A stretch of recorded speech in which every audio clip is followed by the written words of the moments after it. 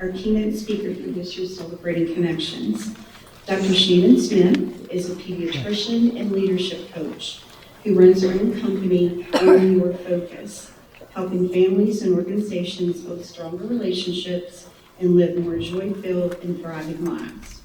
Please join me in welcoming Dr. Shannon Smith to the stage. Thank you. I'm so excited to be here with all of you. And Leanne, I appreciate you immensely for doing that and getting up here. And I want to give a big shout out. I know Leanne already did, but I got to give one because the team here that puts this on does an incredible job, especially Sarah fielding all of my emails. I greatly appreciate that. So let's give a big round of applause to the River Valley TCR team. Woo!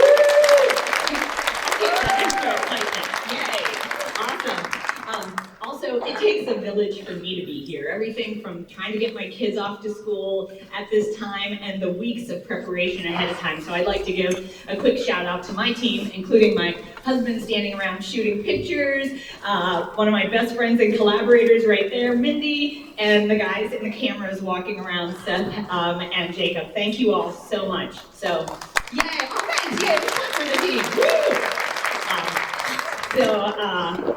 And you all, I am here because I am so honored to be here with each of you.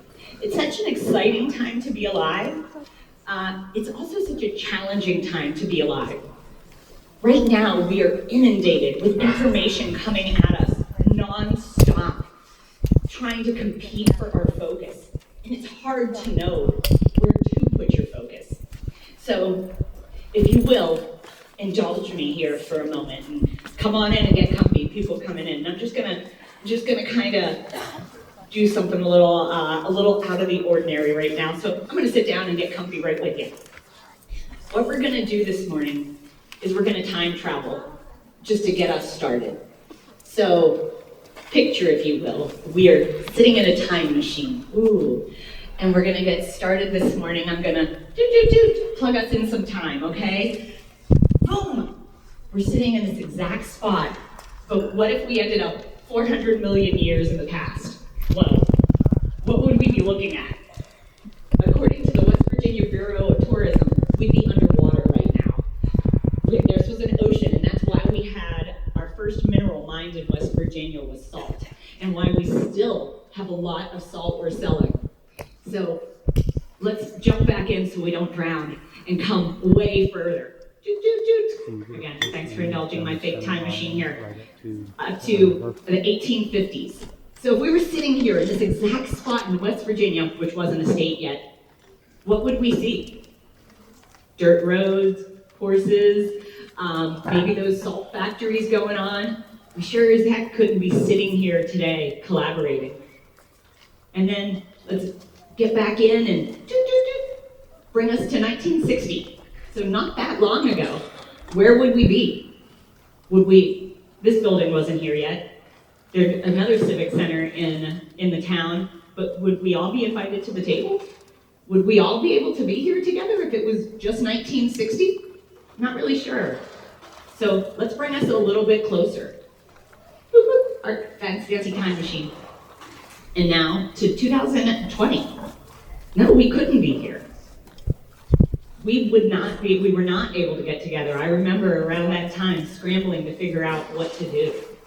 And so now, let's take a moment and bring us back to right now, to today. So, final time machine move, back to 2023. And we're sitting here. We get to be together. We get to work together and thrive together. I love what you just said right before, which was getting to reach out, getting to connect and collaborate. That is everything. It's absolutely what the future holds for us and exactly why I'm here today. Because as a pediatrician, I saw mental health worsening. I saw families struggling to thrive. How many of you directly work with families? Okay. Over the time, thank you. Over the time you've done that, I'm going to ask for your input here. Have you seen families do better in general, or struggling, improve, stay the same, or worsen? over the time you've worked. I'm seeing some worse and a few good, but for the most part, it's a really challenging time right now. And that's why I'm here today, because we get to figure out how to thrive together. And I know as a pediatrician how much I rely on early intervention providers. It's your kindness, your caring, your listening, your skill set. You are a critical part of the medical team, building trust and creating connection. And in order for us to take it to that next level, we are going to continue to have to work together. And that's why I'm thrilled to be here today, because I'm passionate about figuring out how to help us even work more closely. So let's start by checking in with ourselves. I have an emotion wheel here. I love my emotion wheel. If you haven't seen one of these, I'll be talking about this more. But go ahead and take a look. Take a look. Where are you? Are you a little anxious from trying to rush here and get here this morning? Are you completely calm because you're not the one up here on stage and you get to sit back and drink your coffee? Are you frustrated because maybe some stuff that happened this morning? However you're feeling, I want to take a moment after you find your emotion or a few to sit here with gratitude that we get to be here. What an incredibly unique time in history that we get this. I love the nodding and that we get to be here. We get to be together. And so I have a practice I do. It's not just gratitude, it's gratitude tied to action. So when I wake up in the morning, a lot of us have heard those things where say what you're grateful for, but then I love to tie in action. So when I say I'm grateful for my kids in the morning, I try to get downstairs and not talk for a little bit, or not try to fix their collar first thing, just try to sit with them. Or when I say I'm grateful for the day, I try to come out and take a big deep breath. Or when I'm grateful for my husband, I try to be a little less grumpy sometimes. So each of you, take a moment and think of something you're grateful for, and think of the action you can tie it with to do today to really cement that.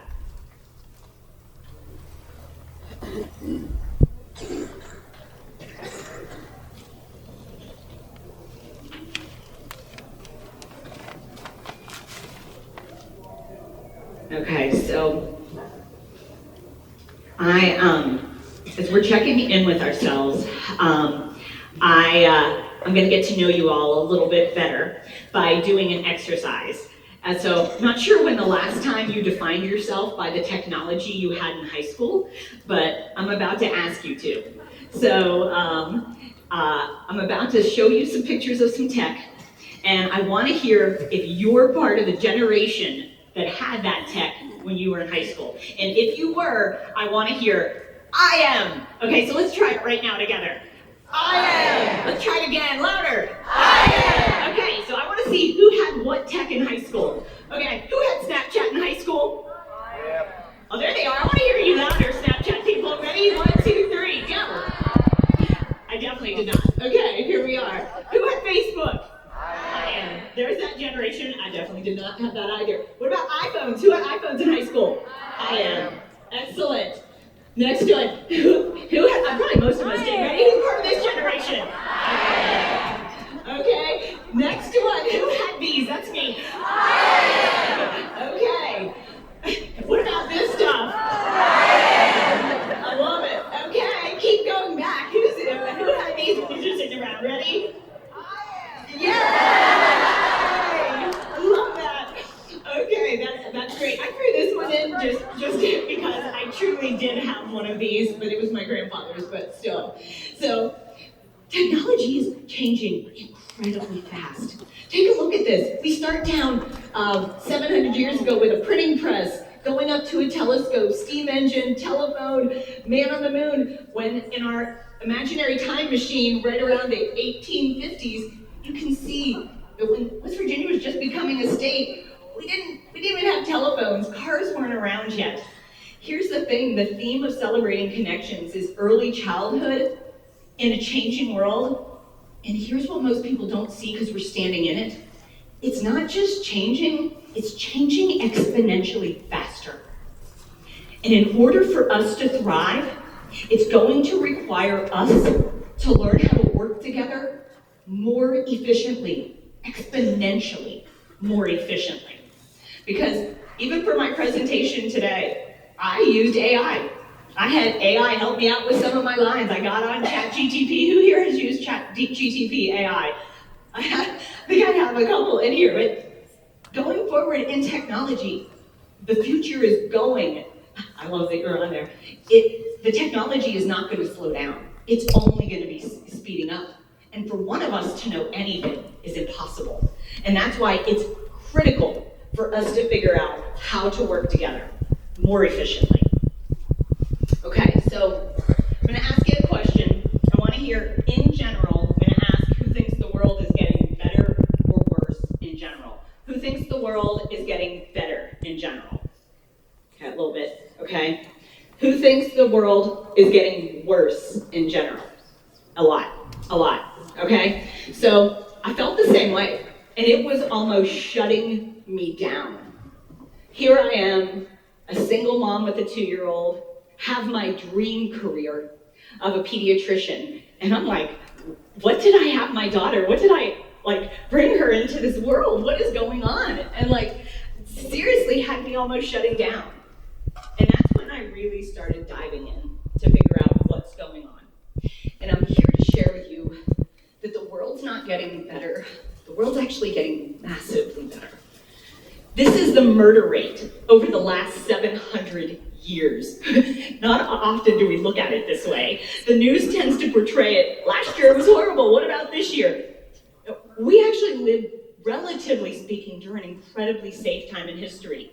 This is human life expectancy. 4,000 years ago, we were at 18. Imagine the knowledge drain with that.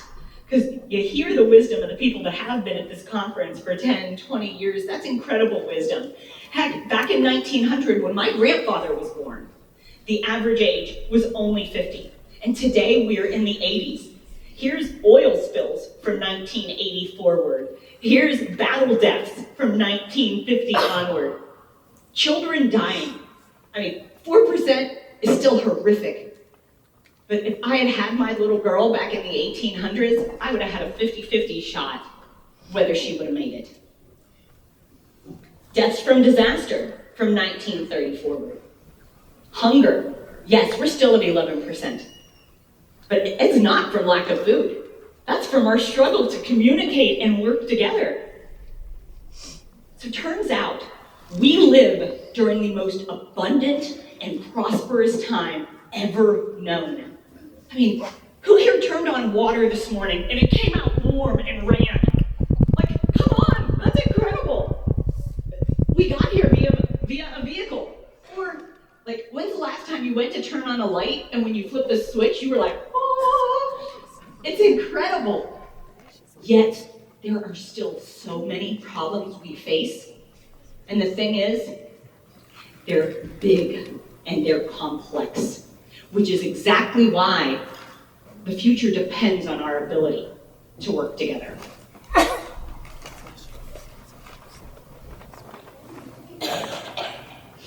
So those huge problems are what I was seeing in my office and that you all see every day. Our children are struggling with mental health issues, and it's not just them. It's parents too. So in my office, when I was sitting there with my 15 minutes, I could see these parents struggling. I felt like many days I was putting Band-Aids on gushing wounds. And that was another reason I relied on my early intervention providers so much. So that there could be more connection built with the team, more hands-on, eyes-on. And the problem isn't just with parents, adults, us, it's the world. These are currently the wars going on right now. Right now, these are battles. I literally pulled up, I was like, I want to know what is going on right now. So I say the world's getting massively better. It is. But yet the problems are immense. The majority of our kids are struggling to cope. They say they can't stop worrying.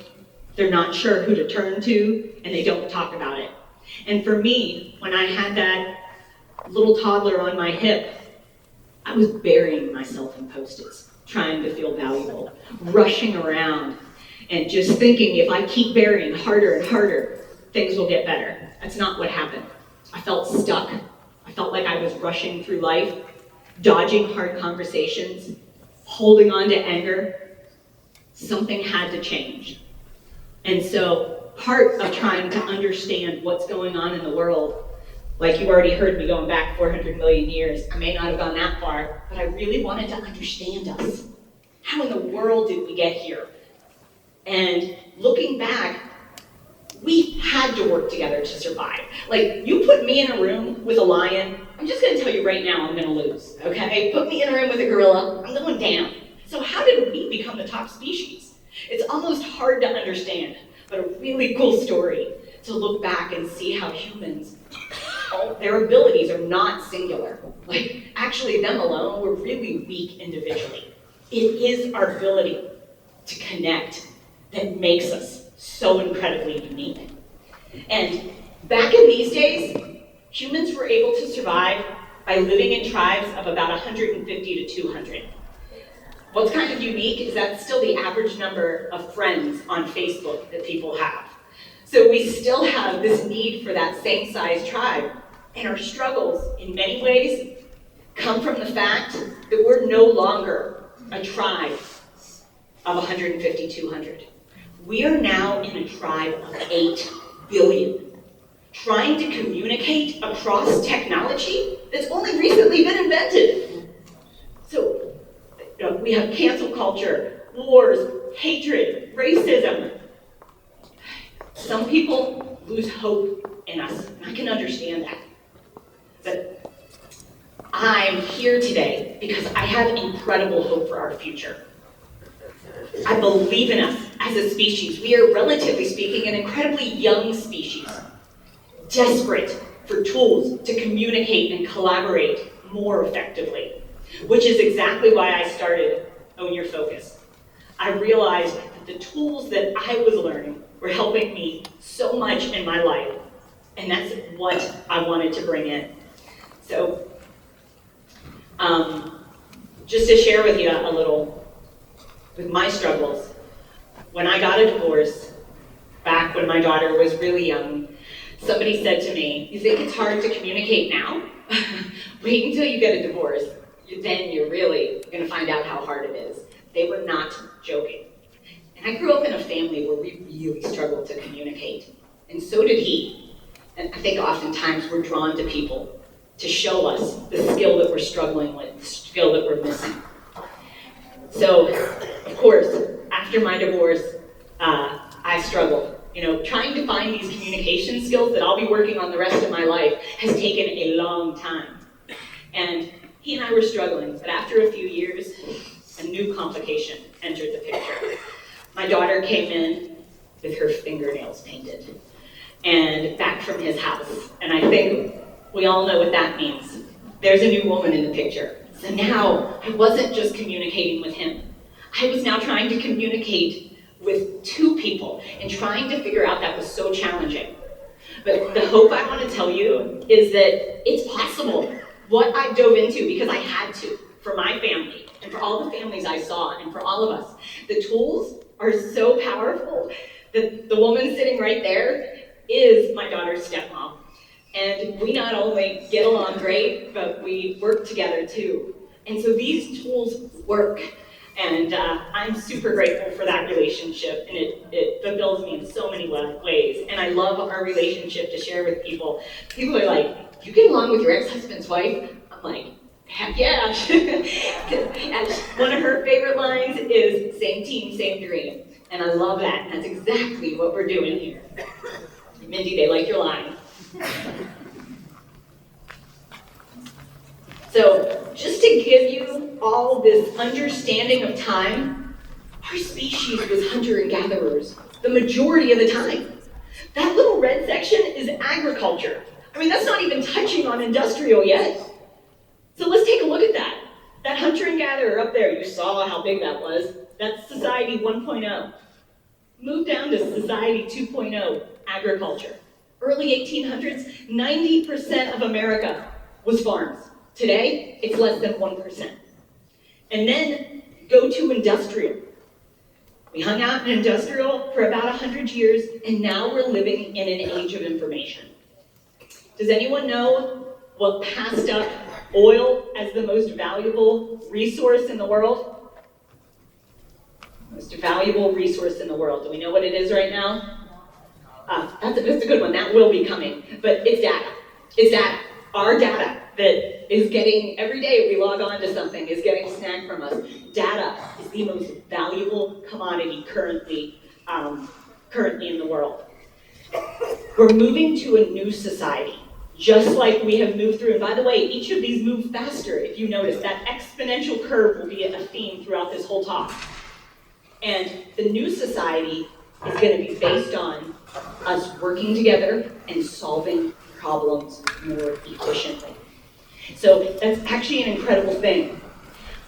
When I first started doing this work, families didn't understand what I was doing, but then when they saw the results, they got excited. And as the results got better and better for families were communicating across divorces, across all kind of canyons, I started getting messages from companies, realizing the power of when our people work together and communicate and connect. But it's not exactly how it is right now. In many ways right now, we're living in a dystopia, in a world that's dominated by technology and disconnect, alienation, loneliness, and dysfunction. Seems very far from that world 5.0. That dystopia word means living in a dehumanized, fearful way. And I know when I look back at where I was standing as that single mom with that toddler on my hip, oh, I was afraid. I was really afraid. And working on these tools to communicate and connect, we need to be able to stand here in the present. Because when we're in fear, it actually lights up a part of our brain that makes it harder to solve problems and to think. And so learning to move out of fear has made me an incredible problem solver. It's like my favorite thing to do. Most of our kids struggle with conflict resolution, and I would say adults too. They struggle to improve, they struggle to work as a team. And I found this stat really interesting. Over half of US employers say their biggest obstacle to growth is a lack of qualified candidates with soft skills. So soft skills is another way of saying work together and solve problems. This is dependability, teamwork and collaboration, problem solving, critical thinking, flexibility, adaptability, and communication. Through research, studying, and experience, it became very apparent to me that our struggle to collaborate and solve problems together is at the root of so many problems we face. So what I'm saying is that the mental health epidemic we're facing, the answers are the solution to creating a better tomorrow. And the tomorrow that we have to create. Otherwise, those problems coming at us, those big, complex problems, we may not see that Society 5.0, which is why I'm doing this. You know, some people might say, how did you leave a job as a pediatrician to become a leadership coach? It's because I realized, for all of our children's sake, the faster we learn to communicate, collaborate, and solve problems, the better chance we have. And these soft skills are exactly, I think, what so many of us intuitively have, and getting permission to step out of our comfort zone and being able to speak up and being able to have hard conversations is so incredibly powerful. And that's why helping people do this is helping people learn this 1% at a time, 1%, and you'll find out what that means here in a little bit, became my mission. My mission of helping people communicate, collaborate, and solve problems faster. By focusing on these skills, we can make a massive difference. And throughout this talk, I am going to give you 4 tools. I'm going to sneak 4 tools in there that you guys get to walk away with today from this keynote speech so that you can collaborate and connect in more joyful ways. Because your success will be determined by the quality of your relationship. Let me ask you, who here sees themselves as a leader? Got some hands? Okay. Go ahead and put your hands down. I'm going to give you my favorite definition of leader, which is why I'm a leadership coach. Do you inspire people to dream more, learn more, do more, and become more? Then you are a leader. Now I want to see who considers themselves a leader based on this definition. I would think almost every hand. You guys are out there working with people. You all are leaders. When you're impacting people to do better, when you call your friend up and you're like, you got this day. When you see your colleague and you're like, glad to see you, you are a leader. When you see those little kids and their families, you are a leader. I remember the first time I was sitting, I was early in my PEDS career, and a family came in and the parents refused to be in the same room. And I'm sure with early intervention providers that you have this sometimes, the conflict with parents. One of my best friends is an occupational therapist in Los Angeles, and she told me that half of her job is trying to communicate with the parents and the family to get them on the same page. And I never made the mistake. I let the parents be in 2 separate rooms that first time. I never let that happen again, realizing that it's actually my job to build that bridge, to work on how to communicate. But as I told you before, that was one of my biggest struggles, and it still is, and it will be one I focus on forever. But I hope today you see yourself as a leader, because you are. The next generation is relying on us. Out of the whole world, there are still people that couldn't go turn on the hot water this morning, about half of that 8 billion. There's still half that didn't have a light switch to flip. We are living in the most abundant country during the most abundant time. And when we don't see ourselves as the leaders we are, how's the rest of the world going to see themselves? And that is exactly why I'm here today, because each of you are incredible leaders. And I'm excited for that light to continue to shine. So on our journey to create more joyful connections, we're going to hit these 4 things today. Some science, the benefits, the barriers, and the steps to get there. And in there, I'm going to sneak those 4 tools, just 4 little gifts for each of you to have to walk out of here to connect even deeper. So let's take a look at the definition of joy. Joy is a positive emotion based on gratitude that comes from a feeling connected to ourselves and others. On that emotion wheel, did anybody look and go, I feel joy right now? Do I have any? Yay! There's my joy people. Yay! I love that. Joy turns out when they've studied, because remember, words are all made up. Words continually are iterated, and that's an interesting part of communication as well. But when they study joy, it turns out it requires gratitude. And yesterday, I was struggling. A few days before the presentation, it's always crunch mode for me, and I was walking around just being like, is the tech gonna work? Is my outfit ready? And then I was like, I get to be here. I get to do this. I get to be alive right now. And switching have to get to in my life has been so powerful. I have to go to the grocery store. Please, I get to go to the grocery store. There's food. I have to go pick up gas. I get to get gas. My sister's in South Florida right now. They don't have gasoline. They can't get it because of all the flooding. It's so easy to take for granted what is right in front of us. Warm. We have this room is warm. We have clothes. We have no fear that something, some big thing happening in here. I'd say for the most part, we feel safe sitting in here, and that's incredible. So my whole presentation was on joyful connection. So let's take a look at the definition of connection. It is the relationship that exists between people when they feel seen, heard, and valued, and when they give and receive without judgment. Seen, heard, and valued. That is the bridge between you and me. And I can tell you, when I still talk with my parents, I can see how those skills, in many ways, just weren't a priority when my parents and their parents were trying to survive. It's so easy to get frustrated with our parents, to be like, how did you not teach me how to communicate? But looking back, my grandfather came off a boat in 1914 that his mother pushed him on to avoid World War I. His brother ended up in South America, he ended up in North America.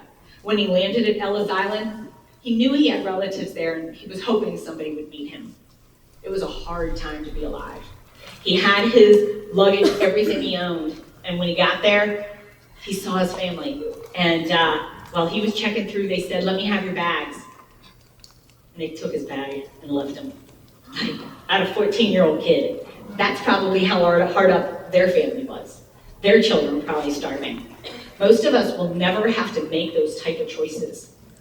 But of course, their priority was not figuring out how to make sure you feel seen, heard, and valued. That's our job. That is what we are called to do, to get us to that next society. So instead of looking backwards with frustration and anger, we get to be like, heck yeah, you got me here. And that's exactly, every one of us comes from survivors, comes from some really tough people that made it, that we get to be grateful for. Turns out, we are hardwired to connect with others. It actually is what gives purpose and meaning to our lives. Without it, there is suffering. Some studies have shown that connection is as fundamental as food and water to us. We've heard the sayings, heartbroken or hurt feelings. Those are real pains. And evolutionarily, our body uses pain to signify threats. Threats to your existence. Do not do that. So evolution treats connection like a necessity, not a luxury. Many times we assume that people are self-serving and just focused on themselves. But based on social pain and pleasures wired into our operating system, it's our understanding that connecting is actually the means to the end. There's no alternative motive. Based on how our operating system connects, it's saying that being connected and collaborating is actually what our brain is craving. That's incredible news. So the solution to so many of the problems is the answer to the future, and it's hardwired in us. So connecting with joy is imperative. And one of the tools I'm going to share with you today, well, the first one that I snuck in there was gratitude with action. Starting out your day with what you're grateful for and action. What you get to do. You might say, I'm grateful for the day, and I'm going to use have to all day. The second one is this emotion wheel. Any of the schools and companies I work with, you'll know them because this is hanging on their wall. And when one of the schools I work in, the kids get overwhelmed, they just walk over and they point. We can actually see on fMRI studies that when you point to the emotion you're feeling, you acknowledge yourself and you feel seen, heard, and valued. Your brain goes from lighting up in the amygdala, the fight or flight, to actually moving more towards the neocortex, just by checking in with yourself. So far we have our gratitude with action and our emotion wheel. So let's take a look at that science behind joyful connection. So literally, when we're connecting, we release oxytocin. That helps us to bond. And then our endorphins, dopamine, serotonin. We literally have these chemicals going on, giving us pleasure, happiness, satisfaction. That is that hard wire to connect. Health benefits. Here we are, medical community. What's going on with health benefits of joyful communication? We got a better immune system, lower stress, improved sleep. We all need that. Promotes better digestion, better mental health, promotes healthy habits, relationships, and better mental and physical outcomes. Some research studies on cancer treatment showed that great friendships actually are an excellent adjunctive therapy to cancer treatments. It truly improves our health. We are hardwired for these healthy connections. And what happens with a lack of social connection? A lot of negative effects. One study showed a lack of social connection a greater detriment to health than obesity, smoking, and blood pressure. Look at all the focus we put on those when studies seem to be suggesting the better we connect, the better these other problems start to get. That it's a root cause of a lot of these. So my hope, and I was looking at the talks for these next few days at the conference, and numerous talks are about communication and connection. I was like, yes! Because the more we get to the root of that, the better you all do. And I'm just going to tell you straight up, the better you all do, the better I do. The better she does, the better she does. And that's the incredible thing. No longer are we against each other, fighting for that stake. The new skill set is us working together. That is us thriving. Here's some more concerns with that lack of social connection. The depression, anxiety, negative thought pattern, feelings of hopelessness, risk of dementia, chronic disease, suppression of immune, and disrupted sleep. And as I was saying earlier, companies are starting to figure this out. And they're coming to me going, oh, wait a second. If people are happier at work, this seems pretty intuitive to us, but oh, wait a second. We actually keep our people at work. We increase creativity and innovation. We have better outcomes for clients and families. We improve communication and enhance overall well-being. Because here's the thing, there really are no companies, there's really no organizations, there's really no government. It's us. It's just people connecting. That's all any of these things are. And those struggles of our lack of transparency, our ineffective hollering and yelling that we so often see in the media, isn't a sign of how bad people are. It's a sign of how poor those skills are that are needed. So I get pumped up when companies bring me in to work with their employees, and the comical part is they always bring me in for the sales team, right? I start there, but the CEO knows I'm coming for him. Because it starts at the top down. It always does.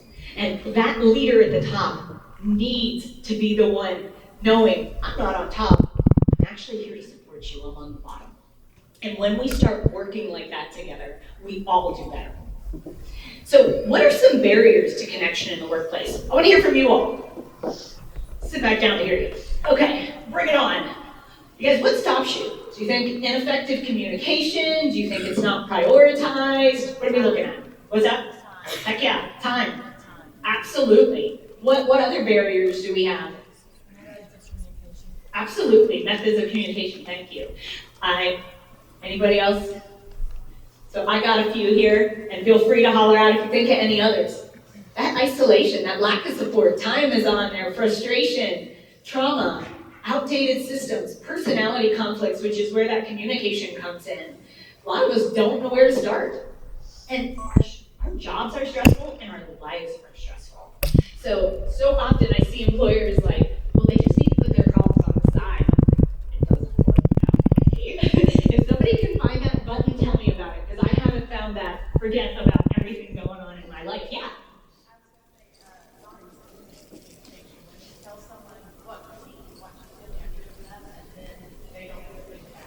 Wow, such a good one. Talk about something shutting you down, you know? Absolutely. And that may be the case with them not caring. In many cases I've seen, they either don't know how, they're overwhelmed, they feel shut down, but if we don't have the tools to look at each other and go, I hear you, that is really tough.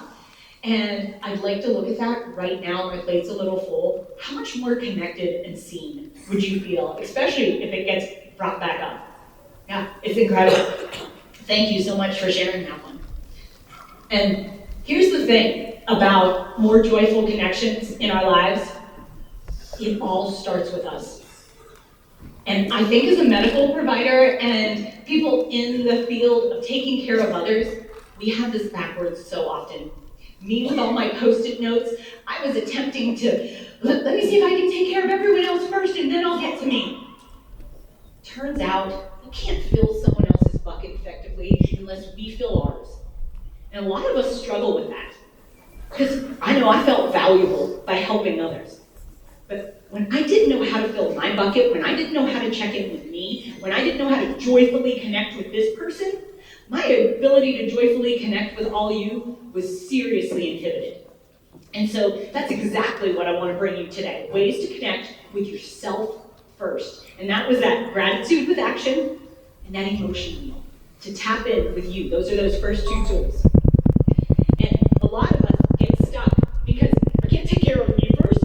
It's selfish. This is my favorite quote on this. In Mandarin Chinese, they have two words for selfish. One means that doing which is beneficial to you, and the other means hoarding, greedy, and cruel. We in English have pushed them together. So here we are believing, I should take care of me. Oh wait, that's bad. Go ahead and take pictures, Alexia. And it taking care of us is beneficial to all, and that's what I need you to see. When you don't say, I'm starting with me, we can't be as effective as we really want to. We can't create that impact. And so the 3 steps I have to create more joyful connections, yes, it's, bear with me, 2 deck. When I think of hanging out, having a great time and connecting with others, I love picturing myself on a great deck hanging. And so that is what I'm gonna use to remember, take ownership, define our expectations, and clarify communication. And we're gonna go into each of those. And so, those people in our lives that don't reciprocate communication, it can be so frustrating. But lots of times, they don't know these steps. And every step needs to be done with gratitude. If we aren't grateful to be here, right now, we're almost missing the whole point of every single person that sacrificed to get us here. So our first step, take ownership. That means take ownership of you. Take ownership of your health. Because 10% of life is 10% what happens to you and 90% how you react to it. And so if we don't start by taking ownership of us and we're only looking outward, wow, we're missing that 90%. So let me ask you right now, if you have something to write down, go ahead, but if you don't, just think in your head, what are your top 5 priorities? Ownership of your time. Just think about it. Is it big time emergencies? Are you gonna take care of your kids? Are you gonna run to work? Are you gonna take care of your parents? Are you going to take care of the dogs? Where is your priorities? I talked to somebody one time and she said, I would be there for anyone who needed me anytime. And I was like, I love that face. That's exactly how I felt. I was like, I love it. That was exactly my face too, because I was like, wow, what a poor expectation for yourself. What if 2 people call you for an emergency? What's your game plan there? And so often we forget to figure out what our priorities are so we can make these decisions. And here's the thing, get ready for this one, you're gonna love this one. Priorities wasn't even a word until 100 years ago. The word was priority, literally, singular, from 1400 to 1900. Only in 1900 did we add an IES to the end of that word. Boom, okay? No wonder we're overwhelmed trying to juggle what's important to us. Right now, today, the amount of information coming at us is the same amount of 17 movies worth of data. Every day. That means reading your stop signs, looking at your computer, hearing something on the radio. We are bombarded by information. And here's the crazy thing. Only 500 years ago, that amount of information we receive in one day was what the most scholared people of the time got in their entire lives. We get in one day. So it is up to us to go, hey, what's it matters to me and what's important and how do I need to prioritize? So when I work with my clients, this is something they list every year to see and reiterate on, and each day to break it down. So, number 1, prioritize self-care.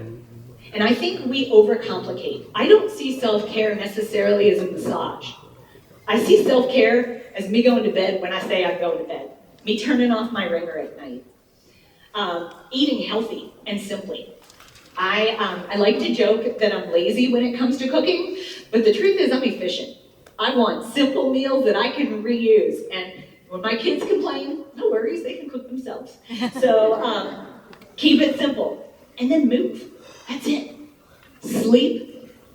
Try to eat a little healthier and move. That's it. That's self-care. Keep it simple. Next, taking ownership of us, taking ownership of this moment requires us to step in the moment and say, I'm here, I'm powerful, I'm loved, and I'm valuable. That's not always easy to say. I didn't put enough on there, I'm enough, because fortunately that's out there a lot, but I'm gonna tell you a quick story about the first time a therapist told me I was enough after my divorce. I got angry at her. She was like, what if you're enough right now? I was like, well, that's ridiculous. like that is how far I was from being able to value myself. And so I'm hoping with you all right now, I'd like to chant this together. So, who's in? Are we in? Woo! I love that. Okay, let's do it. I'm here. I'm powerful. I'm loved. I'm valuable. Let's do it one more time. I am here. I am powerful. I am loved. I am valuable. Heck yes, you are. You absolutely are. Let's give ourselves a round of applause. Woo! This stuff is not easy. Most of my life, I was told I wasn't valuable. Because my parents actually thought that was the tool to motivate me.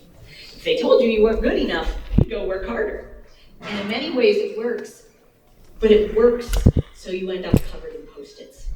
And peeling off those Post-its in order to see that powerful, loved, valuable person requires us stepping into us. The other thing we need to take ownership of is our focus. As you heard, my company's name is Own Your Focus.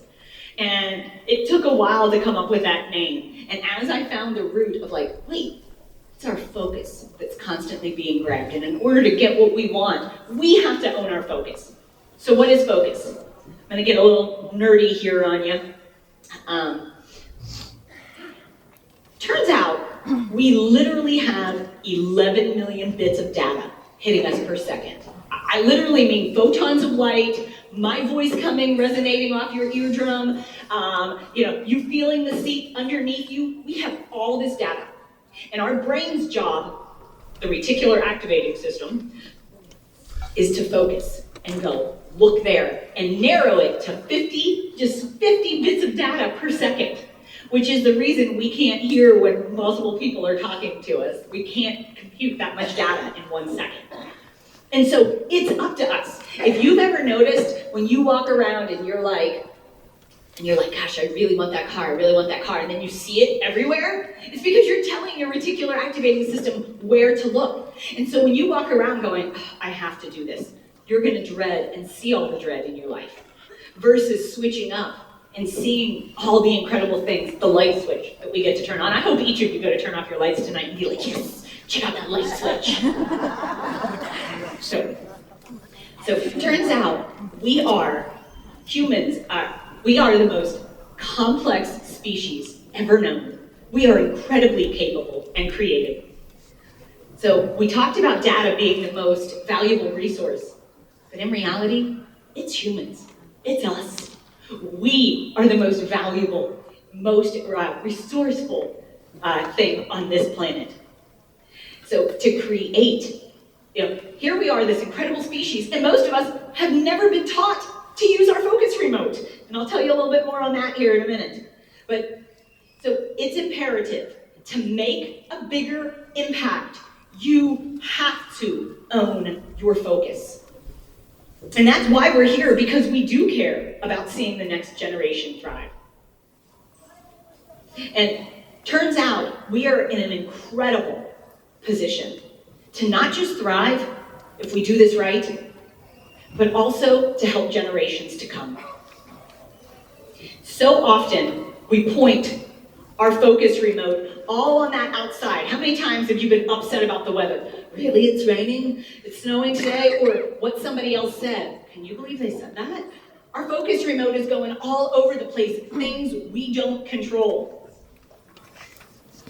And turns out, who's the only one we do control? Right here, absolutely. It's us. And that's why putting that focus towards us is critical. And I like to think of, this is my focus remote, and there's only 3 things we control. our thoughts, our beliefs, and our actions. And it turns out we don't even control those initial thoughts. We've all had those crazy thoughts pop in our head. We don't actually control those. We have about 70 to 80,000 thoughts a day, and that's literally neurons firing that could be coming from anywhere. A TV show, we're in charge of directing our thoughts. When we're like, okay, I heard you, back off thought, now I'm gonna focus here. That's you controlling your thoughts. Your beliefs, most of those beliefs were made when we were kids. I'm not good at math. I don't like that person. These beliefs are like mazes that our thoughts get stuck in based on what we saw in the past, and it's up to us to analyze those and be like, wait a second, is that true anymore? Hold up. And then our actions, which is the thing most of us see, and we tend to take away so much about a person based on that action. And, okay, here is the algorithm that our brain uses every moment of every day, okay? This is so cool. Literally, a circumstance happens, triggers a thought, produces a feeling, generates an action, and there's a result. So I'll give you an example. Circumstance might be in the morning, my 15-year-old daughter walks in grumpy. My thought is, really? You're gonna be grumpy? That's crazy. My feeling is frustration. My action is short. It results in a rough morning. That can easily happen. Or 15-year-old walks in grumpy, and my thought is, she's a 15-year-old. And then my feeling is contentment, okay with the situation. And my action is patience. And we get off to a good start of our morning. Or the circumstance is your boss comes in and is short with you and snaps about something. Your thought is, that person doesn't appreciate me at all. Your feeling is anger. Your action is to completely be distracted all day, and the result is you don't get done what you wanted to get done that day. Instead, your boss coming in angry, saying something, your thought could be, wow, they're really struggling to process their anger. Your feeling could be confusion about what's going on. Your action could be to give them a little bit of time and then be like, hey, can we talk about what you came in and said this morning? Or to just write it off, maybe even journal about it, and the result is getting on with your day. This algorithm is happening right now. Circumstances could be, did she really put us in a time machine this morning? Your thought could be like, what the heck? The feeling could be confusion, or it could go to a feeling of excitement, and your action is to be here and be excited and to be grateful to be here all together. But knowing this, we can actually notice our remote pointing, like, did that thought just happen? And this can happen so fast we don't see it. I thought I missed one there. We don't even see it. And so I'm going to tell you a little story. I think I have that further down, but I'm going to give it to you here because I like it, of how quick our brain does this. It's an old parable, okay? It is an old farmer with a horse, and this old farmer's horse runs off, and his neighbor comes over and says, hey, I brought you some food. I'm so sorry to hear your horse ran off. And the farmer looks at him, and the neighbor says, that's so bad. And the farmer looks at him and says, good, bad? Who knows? And then the horse comes back, the neighbor comes over and says, I'm glad to hear your horse came back, that's so good.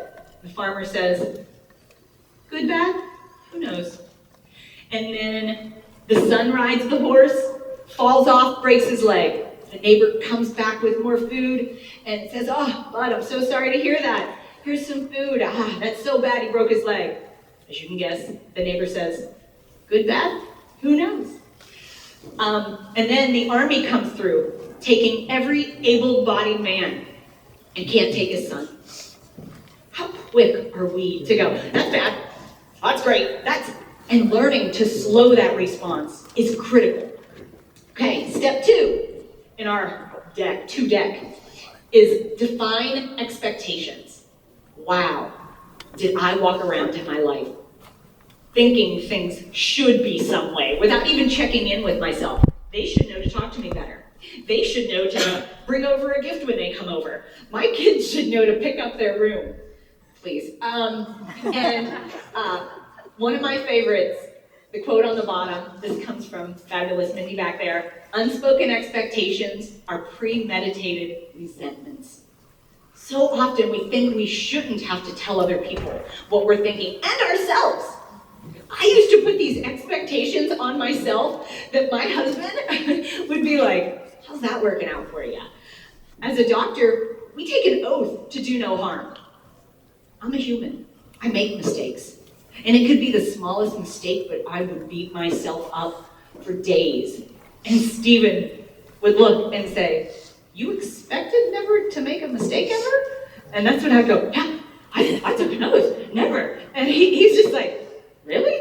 That's not really how, like, in his business, he is one of the founders of NECO. Not sure if you've heard of NECO before, but Stephen shared with me how businesses work. He's like, we never come in and say, 100% right, we're gonna do it. He was like, we're usually like, hey, if we get 50%, we're rocking. I'm like, wait a second, I went to school all those years.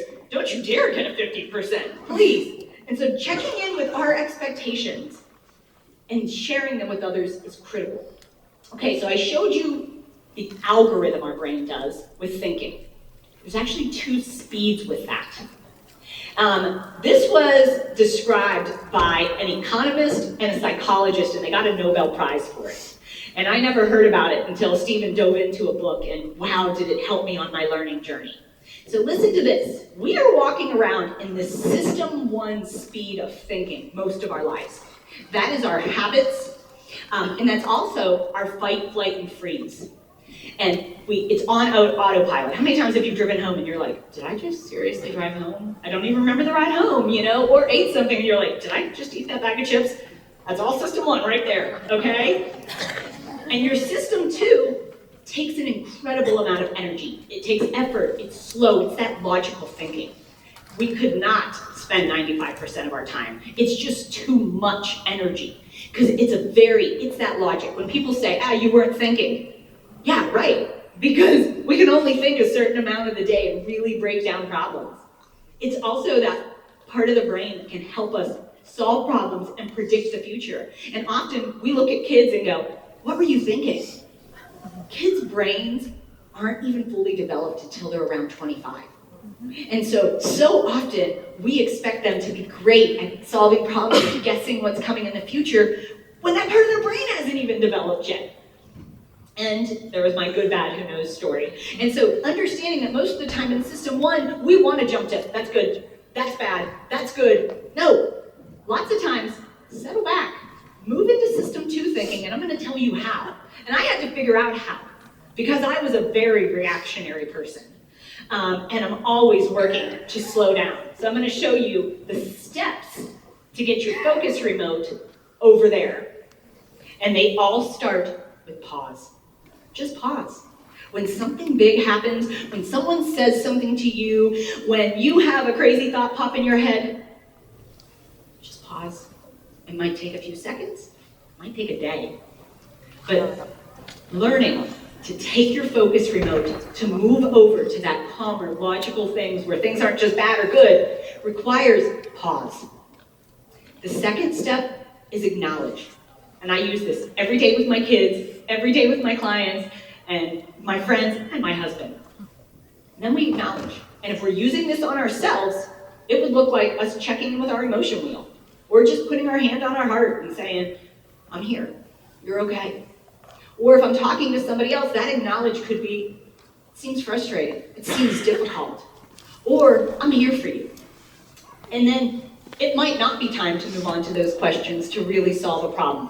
It might be time just to hold before we make a decision. But knowing that you hold the remote to move into that system is critical. Here's another expectation that we think we have. The problem is not that there are problems. The problem is expecting otherwise and thinking a problem is a problem. Life is just a series of obstacles that we get to overcome as we tap into that incredible problem-solving system that we're all capable of. Another expectation, we don't expect people to be traumatized as they are. And when I use this, I hear about trauma-informed care all the time, and I love it. I want more trauma-informed care. And I'm not talking about the trauma, the things that happen to you. I'm talking about the medical understanding of it. Trauma isn't what happens to us. It's what happens inside of us as the result of what happened to us when we felt unsafe or didn't belong. I told you we were wired for connection. Trauma is when we learned it's not safe to connect, and we rewire. That interferes with our growth, development, and connection. Some studies suggest the entire Western world has some of these rewiring. Because we learned that person's gonna talk about you, kick you out of the tribe. Our brain is constantly looking for threats. When our ancestors were walking down a path and there was a beautiful stream here and a lion there, where did our ancestors look? Point. Where? Which way? The beautiful stream or the lion? Over here, absolutely, lion. Anyone who looked at the stream didn't make it. So we are constantly looking for threats. And we live in the safest time ever, yet that threat of getting thrown out of a tribe or booted or blame and shame, which is used so often in our society, which absolutely creates disconnection, is so prevalent. And it results in many of us acting out of pain and fear. I had a therapist tell me one time, it's when we know better and still can't do better, that rewiring is there. Another thing, we expect ourselves to learn differently than we do. This is how I thought I learned. And by the way, this is when I share this in schools, this is always their favorite. I thought I learned like this. So if I could reach the screen over there, if I was learning to dribble a basketball, I'd be at the bottom and I would dribble. Wait, why aren't I this good after a few times? Well, because learning doesn't actually happen that way. Learning happens on a exponential curve. Please notice the exponential curve theme throughout. And that's for everything. That's plants, that's exponentially is actually how we were made. We all started out as one cell, we doubled to 2, and then 4, and then 8. It's a continually doubling on that exponential. And that's how we learn, just like a baby crawls. We barely move, and then once we start to go, we fly. Me, playing basketball, I'm gonna have to dribble for a long time, and then I get better. Even Beyonce started out with, there's no way she was even close to that good. She had to keep going, not very good. I'm sure her family had to sit through a bunch of singing and crazy sounds. Even now, at the end of every concert, she goes back and watches the video and takes notes on where she can improve. Because it turns out, practice makes progress not perfect. In schools, I learned that I should get 100. And in life, it's not a thing. And when we stop expecting ourselves to get it right, and instead, as you're gonna see, to fail forward, 1% at a time, everything falls into place. This is my Own Your Focus problem-solving system. It looks deceptively simple. I will bust this out whether I'm in a boardroom, sitting with a family, or in a group of lawyers. This is the system my entire program uses. What's my current state? Where do I want to get? And a lot of us struggle to define those two. And then break it down using the scientific method. Define the problem, hypothesize, get a bunch of great ideas out there, and then test. And in my session coming up, my breakout session, we're going to be practicing this as well as some of the communication techniques coming up. But in order to do this, each of those steps is the block. So that curve, each step is define the problem, hypothesize, and test. Testing requires failure. Becoming an entrepreneur, I had to fail a lot. And going from a professional student for a long time, that was hard to learn to lean into failure. But that's where the gold is. So now, whether I'm at a school or with a company, when someone gets an answer wrong, I get excited. Yay! We're one step closer to getting it right. But here's the thing, we don't get better in these huge chunks. We actually only get better 1% at a time. And so, for my clients or my kids, however they're doing, we cheer on the tiny little wins, because that's all there is. The first talk I ever gave was at a high school, and it was a sex talk 12 years ago. It was not good, okay? And each time, I get a little better. The reviews that you all give help me to get 1% better. I'm not afraid of constructive criticism. I beg for it. I want it. The schools and the companies that I work with, They know that it's not just the payment. I want their feedback. And I don't take it personally. And if they're sharing it personally, that's on them, and I hope they get to work on that. Google is such an incredible, fast-growing company. And if we're gonna thrive together, we need to move as fast as a company like Google. Hanging on their wall at the Google headquarters is this sign: fail fast and cheap, fail often, fail in a way that doesn't kill you. Wow, what if we had that in our schools hanging up? That mentality of fail fast and 1% at a time, keep moving up. And for so much of my life, I allowed failures. I wanted to hide from them. I wanted to be ashamed. I didn't want anyone to see my failures. Now, please, and by the way, if I had drawn this, that would have been an exponential staircase right there of failures, because that's how it works. The more we get, the better we get at failing, and the faster we fail. The first time I got some harsh criticism on social media, I wanted to shut down and die. I think I was upset for 2 days, and my husband was like, Jan, this might not be your career if it takes you 2 days. But guess what? The next time I got harsh criticism on social media, it's a good day. The next time, I think a couple minutes. Something happened here recently where someone put a silly comment, and I was upset about it for 2 minutes. I later found out it was my son.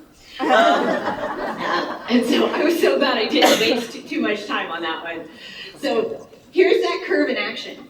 You have a current situation and a desired situation, but you've got to define these things. So many times in life, we forget to define what we wanted. When I was dating during those years, which was brutal, dating as a single mom in your 30s in West Virginia, awesome, okay? I had to define what I wanted. I actually made a spreadsheet of the qualities I wanted and had to go through it. I treated dating like I was finding what I did, a best friend and a business partner. But when we forget to define what we want because we don't think we're valuable or worthy of it, we leave that curve empty. And that's like showing up at the airport and without a ticket and wondering why you're not going anywhere. And our current traits are keeping us where we're at. Not who we are, our traits, and I'll explain the difference here in a second. And those new traits needed are going to get us where we want to be.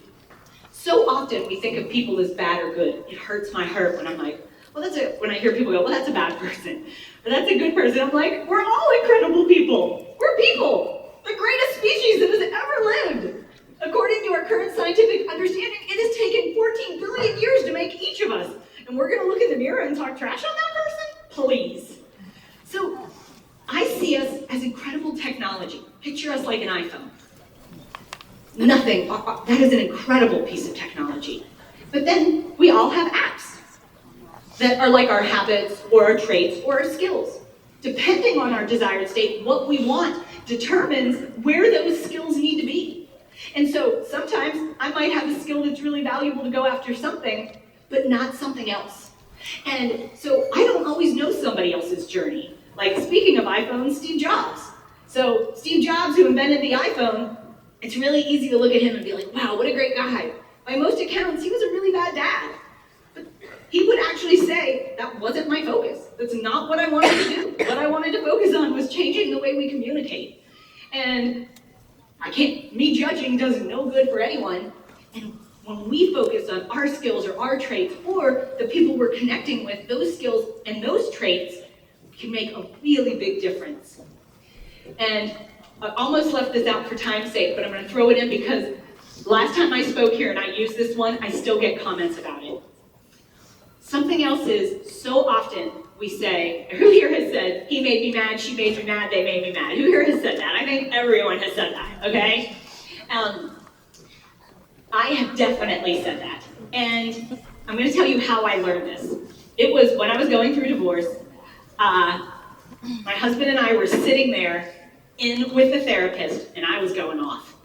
He said this, can you believe this? Oh, he made me so mad. And the therapist was like, well, yeah, I can understand you're upset, but he didn't make you mad. I was like, excuse me? Did you hear what I just said? He goes, yeah, but he said words, you got mad. And now I'm thinking, now I'm mad at you, okay? I sat on those for weeks trying to understand what they meant.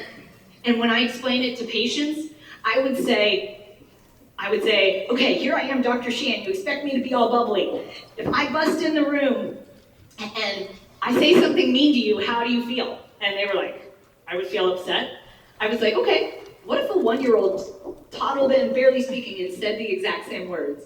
And most would chuckle. They would get it.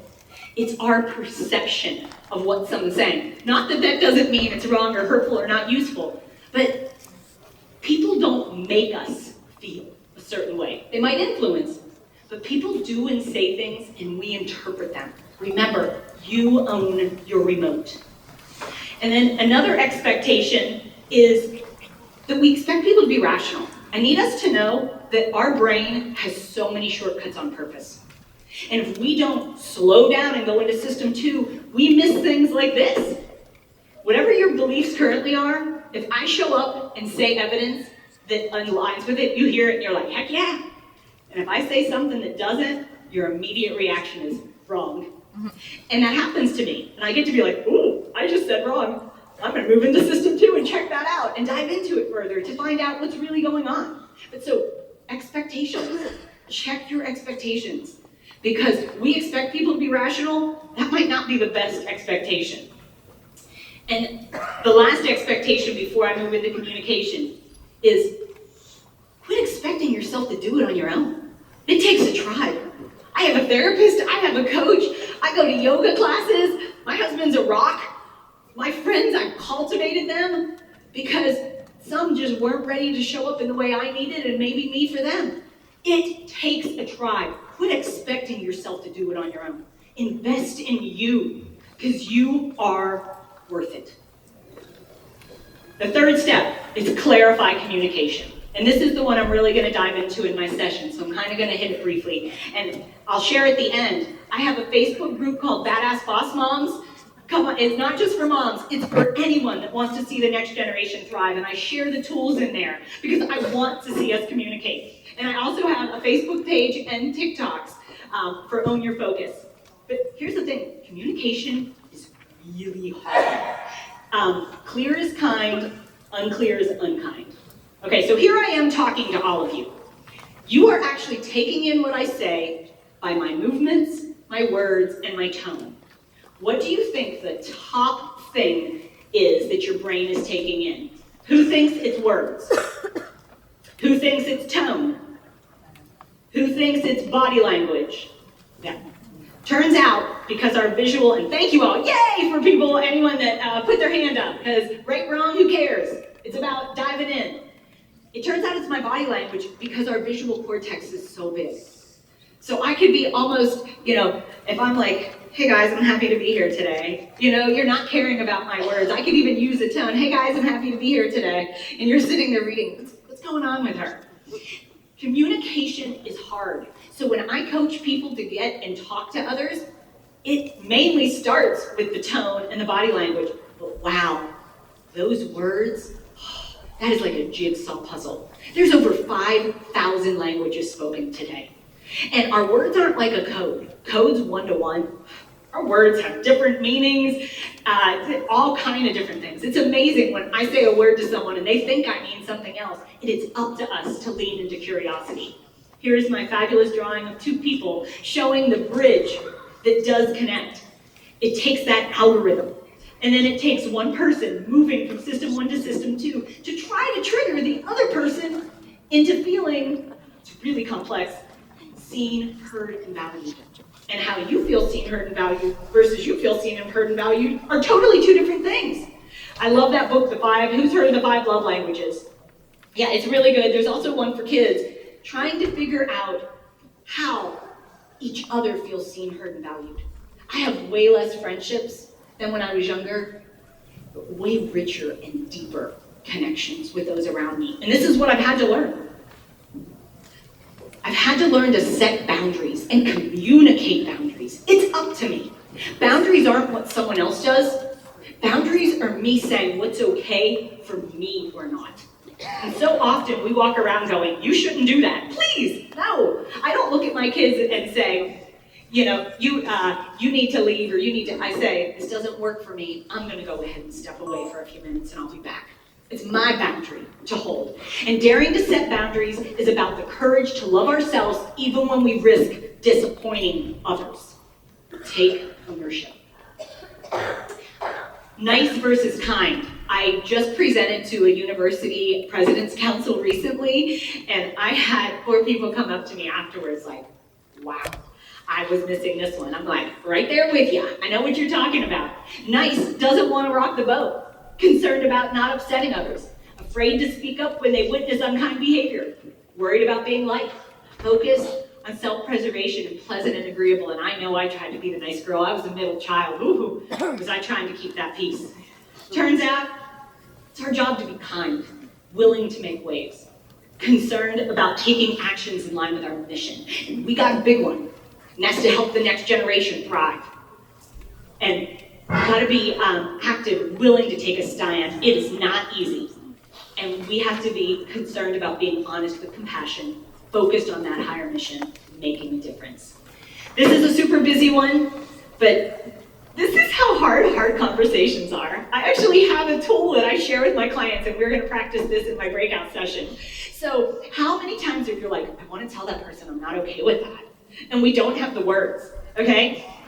Mindy and I actually use this. When I step on her boundary or something like that, she literally goes, hey Shannon, do you have a few minutes? I noticed that I asked you to do this and it didn't happen. It makes me think you didn't hear me or didn't understand me. I feel confused. I want to have a better way to avoid this, and I'd like to sit down and set up a time to talk about that. What are your thoughts about that? Literally, she and I do this. And if I have a hard conversation with my husband or I'm coaching someone to walk through, this is how difficult, it's called the awareness wheel, I call it the awkward conversation. It's hard to have hard conversations. And so expecting ourselves to just know how to do this, please, give yourself a break. Learn, reach out, find these tools. You know, just like she was saying earlier when we got that award, we get to reach out, we get to find these tools. Email me, message me. I would love to share this with you. The better you do, the better I do. And I love that the research has come out about shame, blame, and bullying. So often we think we can shame people to change behaviors. Shame children, shame other people. It doesn't work. We can actually see where the brain lights up. So therefore, this helped me to understand my childhood so much. My dad actually said it was his job to toughen us up. He would never say I loved you because that could make you weak. And now that I understand connection, it hurts my heart because I know that's what he saw growing up. But when we shame someone, even though we don't make them feel a certain way, but we can use words that have a higher probability, we actually light up their amygdala. So when a kid is sitting in class and feels ashamed or an employee, their probability of making the same mistake, do you think it's higher or lower? It's higher. So when I used to beat myself up about the way I ate, it was harder to change my eating. When I used to beat myself up about drinking too much, I continued to do it. And it was a therapist that pointed out, maybe you want to try something different than beating yourself up. What? Please, isn't that how you do it? So I love learning that. We get to make these joyful connections. And I hope that today brought you just a little bit more closer to that, knowing how to take ownership, define your expectations, clarify communication with gratitude. And remember, it all starts with asking you, what do you enjoy? And those tools, I told you I was going to give you 4. It was the gratitude with action, the emotion wheel. Just Google it, hang it on your wall. I literally have one on a sheet hanging on my wall at the house. And then the I am. I am here. I am powerful. I am loved. I am valuable. And the last tool I want to give you is to make connections with those around you. To absolutely go up, talk to others. And maybe don't start with, where are you from? What do you do? Maybe connect with your purpose. Ask them, what do they enjoy? Combine on what makes them giddy, what makes them excited for life. I love talking to people about what I do. This isn't like my work. This is my life. So I hope when you're out there and you're talking to others, you get to lean in with them and say, tell me, what do you enjoy? What makes you happy? And get to hear their passion radiate too. So I hope you follow me along and own your focus. There's my email down there. Feel free to grab a picture. Please shoot me a message. And like I said, I'm on Facebook, I'm on TikTok, or my kids are helping me on TikTok, okay? And there's our Facebook group. Thank you so much for being here to connect with me with Joy. I appreciate you all.